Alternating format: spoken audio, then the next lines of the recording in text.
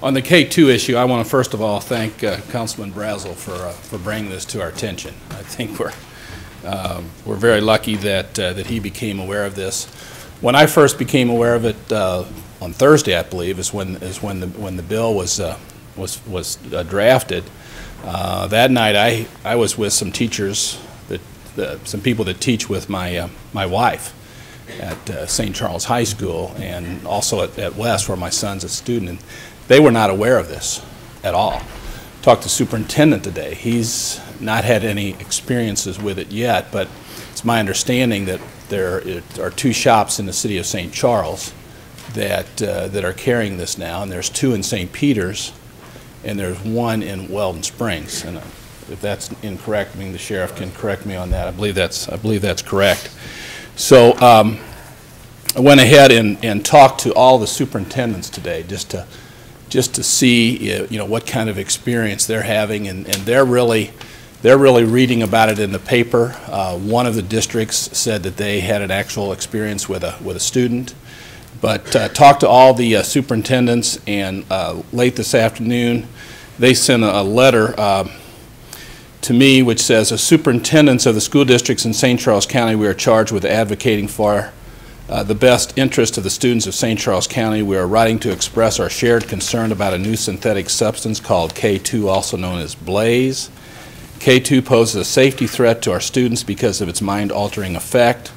We are united in our support of your effort to make it illegal to sell this substance. We appreciate your efforts to keep St. Charles County safe for our community members, particularly our youth. And it is signed by the 5 superintendents of the 5 districts here in St. Charles County. I would make you aware that on Friday there was a health advisory actually went out from the State Department of Health on this issue. Doctor, I'm sure you're aware of that. And again, it just seems as though we're learning more every day.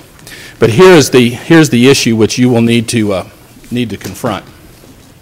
The bill as it's drafted right now, as you saw when it was, we had the title up there, deals with possession and sale. And it's drafted, I believe the bill as it's drafted right now would apply only in the unincorporated areas, which means it would apply only to people who are in possession of it. All of the facilities that we're aware of that are selling it are in incorporated areas of the county. Now, it is possible for you to expand this bill so that it's county-wide because it is a health issue. Remember, I think a couple years ago we did something with swimming pools, and of course we do things with restaurant inspections and things like that, where we do have the jurisdiction to go ahead and pass a bill that would apply countywide in the cities, outside of the cities, and quite frankly, to reach the people who are selling this, you would probably have to do that. Now, the other problem is right now we're on a time schedule here to treat this as a regular bill, which means it would be first read this evening, and then we wouldn't be able to pass it until the second meeting this month, which is the 29th.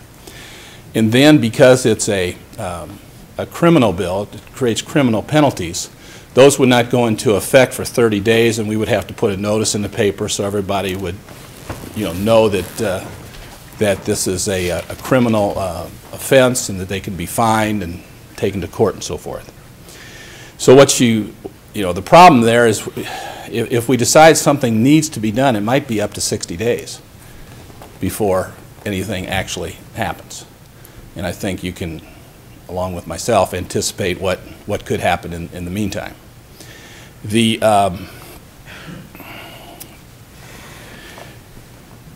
One of the things that you could, and I've talked to the county councilor about this, and I'm sure she'll be glad to answer any questions you have. One of the things you could do, and I'm not, well, that's something, discussion we need to have. But if you did this as an emergency bill, I would think, based on what I've heard from the doctor and the sheriff's department personnel, I think we could certainly qualify this as an emergency bill, which means you could pass it. Now, even if you pass it as an emergency bill, we would still have to give 30 days notice before it would actually go into effect. And we'd have to put the notices in the paper and everything. But what you could do is basically do an emergency bill in two parts. The first part simply makes it illegal, okay?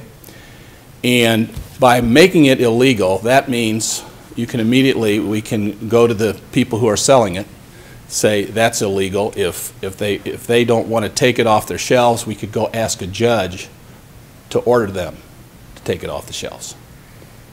Now, if this, you know, this would be what you would want to do if you really want to get this off the shelves now. The second part of the bill would be the same as the bill you have, and it would create a criminal penalty where people would be taken through the court system and pay a fine and so forth and so on. But that portion of the bill wouldn't go into effect again, even if you passed it tonight, for 30 days. So several issues there. Again, the issue I asked the doctor, I mean, does the danger here rise to the level where it's a threat to the health, safety, and welfare? If it does, do we do something now, or do we wait until the 29th? And if we do something, do we do it just in the unincorporated areas, in which case we would only deal with people in possession, or do we do it countywide where we could actually get it off the shelves? Yeah, I'd be glad to answer any questions you might have, and Joanne, of course, answer any legal questions you might have. Thank you, Mr. Chairman. Thank you, County Executive.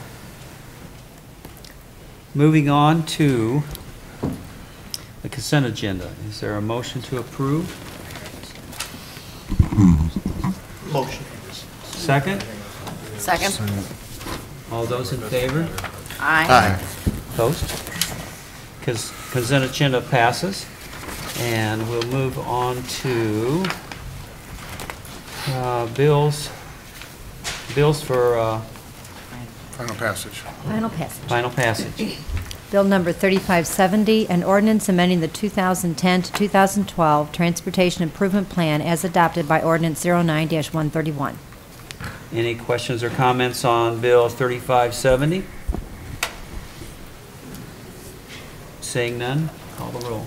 An ordinance amending the 2010 to 2012 Transportation Improvement Plan as adopted by Ordinance 09-131. Councilmember Hibbler? Yes. Councilmember Brazel? Yes. Councilmember Matheny? Yes. Councilmember White? Yes. Councilmember Wynn? Yes. Councilmember Hollander? Yes. Councilmember Darty? Yes. Bill number 3570 is passed, and we're moving on to bills for introduction, starting with bill number... John, I'd like to make a motion to amend the agenda to bring up Bill 3582. Second. All those in favor? Aye. Aye. Bill 3582 has successfully moved forward, so we'll bring that forward.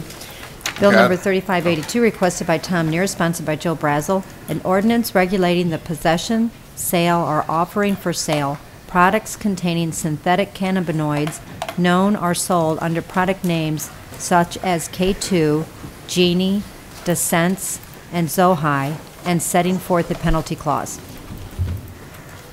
Any questions or comments? I have some comments, yeah. It was probably about 6 weeks ago, I had some phone calls on this, and